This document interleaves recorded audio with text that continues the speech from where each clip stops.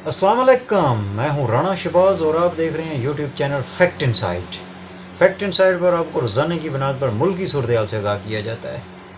तो चैनल को सब्सक्राइब करें, बेल आइकन को प्रेस करें। मुझे यकीन है इंशाअल्लाह ताला ये फ़ैसला आपके लिए इंतहाई मुफीद और फ़ायदेमंद साबित होगा इंशाअल्लाह ताला। नाजरीन, गाँव के किसी एक घर में ना चूहे बहुत ज़्यादा हो गए। तो वो आदमी जो था, घर का जो मालिक था, वो एक दिन शहर गया कुछ सामान ख़रीदने के लिए। तो शहर जाके उसे याद आया कि घर में ना चूहे बहुत ज़्यादा हो गए हैं, तो एक कड़िक्की लेके जानी है। तो उसने एक कड़िक्की ख़रीदी और अपने सामान में डाल ली, और बाकी ख़रीदारी करने के बाद वो शाम को घर वापस आ गया। तो घर जब आया है तो आगे उसने सामान सारा रखा है।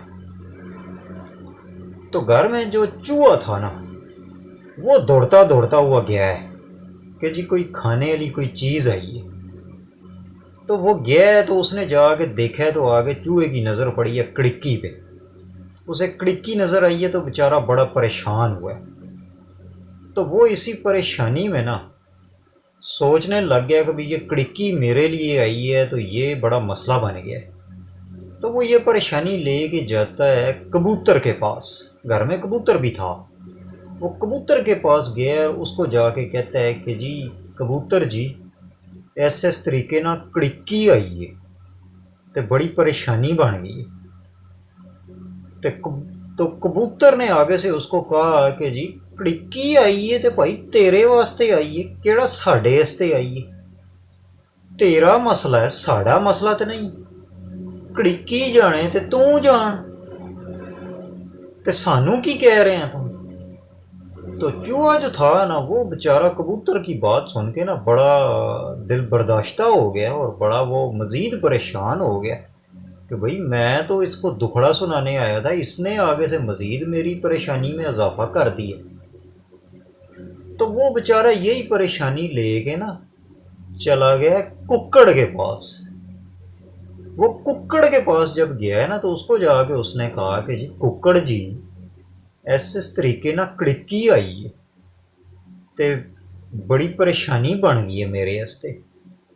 तो कुक्कड़ ने भी उसको वही जवाब दिया जो कबूतर ने दिया था कि जी भाई कड़िक्की जाने ते तू जान, ते कड़िक्की अला जाने, सानू की कहना है भाई, तेरा मसला है, तू हल कर। तू जान ते कड़िक्की जाने, सानू की भाई, साडा मसला थोड़ी। तो वो बेचारा मज़ीद परेशान हो गया।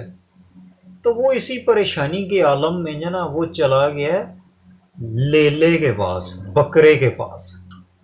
तो वो बकरे को जाके कहता है कि लेला जी, इस तरीके नाल ना कड़िक्की आई है घर ते बड़ी परेशानी हो गई है, ते कोई मेहरबानी करो, कोई मशवरा दो।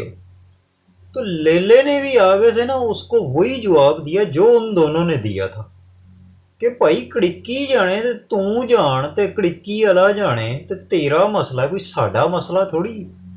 तेरा मसला है, आपे हल कर जाके अपना मसला, सानू कदली विच पाण ने। साडा ते कड़िक्की नाल ताल्लुक ही कोई नहीं भाई, साडा ते कड़िक्की नाल वास्ता ही कोई नहीं।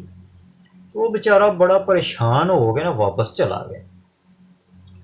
तो रात को ना घर में वो जो औरत थी ना, माई जो थी ना, उसने ना कड़िक्की में ना कोई रोटी की बुरकी लगाई है। तो वो लगा के ना, तो उसने पेटी के नीचे कड़िक्की रख दी कि जी चूहा आएगा तो खाएगा तो फंस जाएगा। तो वो ना रात को कहीं पिछला पैर हुआ है ना, तो वो कड़िक्की चलने की आवाज़ आई। तो वो औरत उस टाइम जाग ही रही थी।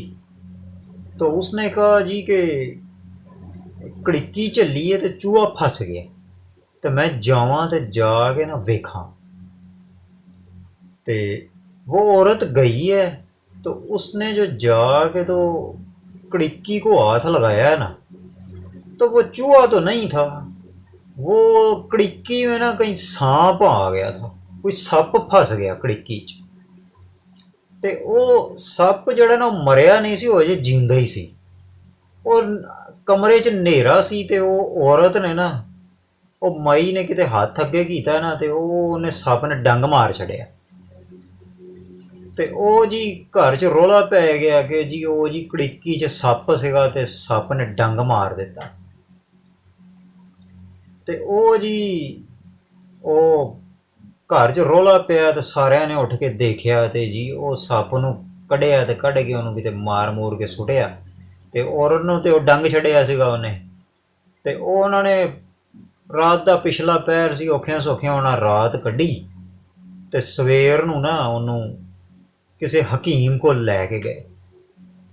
ਤੇ ਉਹ ਹਕੀਮ ਨੇ ਦੇਖਿਆ ਚੈੱਕ ਸ਼ੈੱਕ ਕੀਤਾ ਤੇ ਉਹਨੇ ਕਿਹਾ ਕਿ ਭਾਈ ਇਹ ਨਾ ਇਹਨੂੰ ਨਾ ਕਬੂਤਰ ਦਾ ਜਿਹੜਾ ਹੈ ਨਾ ਸੂਪ ਪਿਲਾਓ। ਤੇ ਉਹ ਘਰ ਲੈ ਕੇ ਆਏ ਨਾ ਤੇ ਉਹ ਨਾ ਔਰਤ ਨੂੰ ਨਾ ਕਬੂਤਰ ਦਾ ਸੂਪ ਪਿਲਾਇਆ।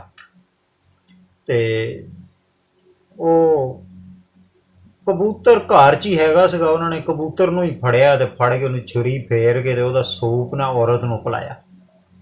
ਤੇ ਪਰ ਉਹ ਨਾ ਅਫਾਕਾ ਨਾ ਹੋਇਆ ਜੀ ਤੇ ਉਹ ਤਬੀਅਤ 'ਚ ਬਿਹਤਰੀ ਨਾ ਹੋਈ।